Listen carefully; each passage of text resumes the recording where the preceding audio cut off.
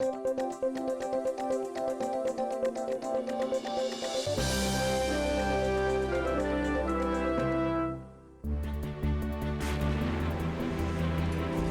on water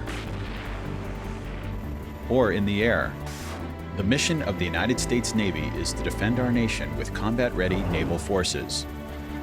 For helicopter and fighter jet squadrons home-ported in the mid-Atlantic, the Long Shoal Naval Ordnance Area is an essential strike warfare training range.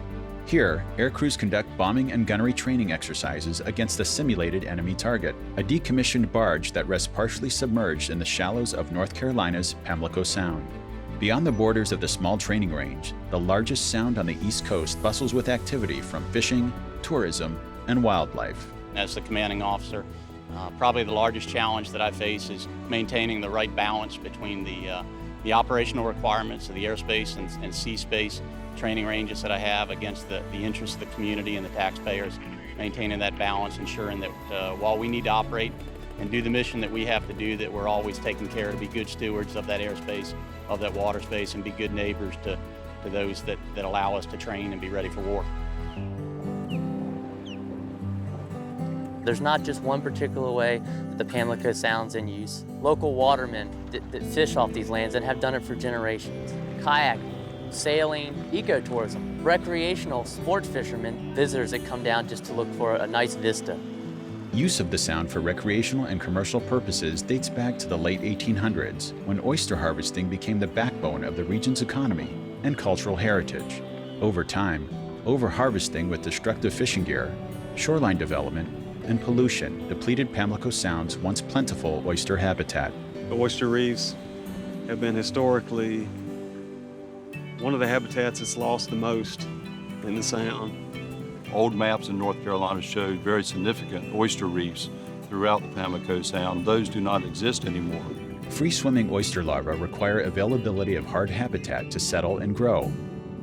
Settled oysters filter algae and contaminants, improving water quality as they feed. The loss of oyster habitat has affected the entire ecosystem, from reduced water clarity to lessened wildlife habitat to reduced ability to protect shorelines from wave energy and storm surge during hurricanes. Oyster reefs in general provide a lot of habitat for a lot of different species. The reefs create their own little world. The clearer the water is, the better the grass beds, the more grass beds there are for the juvenile fish and shrimp to grow up in. Without the oysters, you don't get the water clarity, you don't get the habitat. The oysters are a piece of the puzzle. They're the kind of the building block. In 2003, a Category 2 hurricane barreled through Pamlico Sound. High winds, rain, and storm surge devastated the natural environment and destroyed homes, buildings, and other structures, including the Navy's Long Shoal barge target. The range was closed following Hurricane Isabel, which came through, made landfall about 15 miles south of the range and destroyed the target that was there. We lost a huge resource when that happened. We lost capacity and the ability to train our aviators. Restrict Area 5313 Alpha is where we're going to find our threat representative target. With training capacity lost, the Navy had a critical need to replace the target. There is oyster reefs being built along the littoral area, so we'll primarily be conducting our run-ins from the southwest. As required by environmental laws, the Navy conducted an environmental assessment to analyze potential impacts of sinking a new barge target and resuming training on the range. The assessment determined that these activities would disturb the range's sandy bottom habitat. In consultation with state and federal environmental agencies, the Navy saw an opportunity to not only offset range disturbances, but also provide a more substantial benefit to the Sound's entire ecosystem. The Navy partnered with the North Carolina Division of Marine Fisheries and the Nature Conservancy to create 5 acres of new oyster habitat 12 miles west of the training range.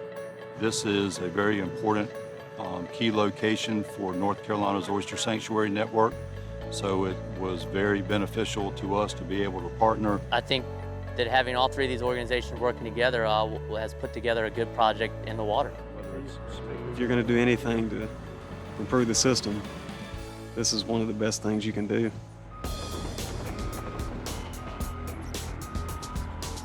The Oyster Sanctuary is built by laying a series of 3,500-pound cement reef balls in a series of grid patterns on the Sound's sandy bottom.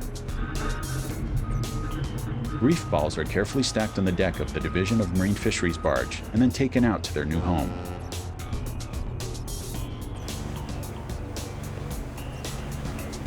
About as pretty a day as you're going to get in the Mexico Sound. We go to the Longshore Oyster Sanctuary site and we set a flag on the GPS coordinates, deploying the 22 units at 16 different degree marks, compass headings.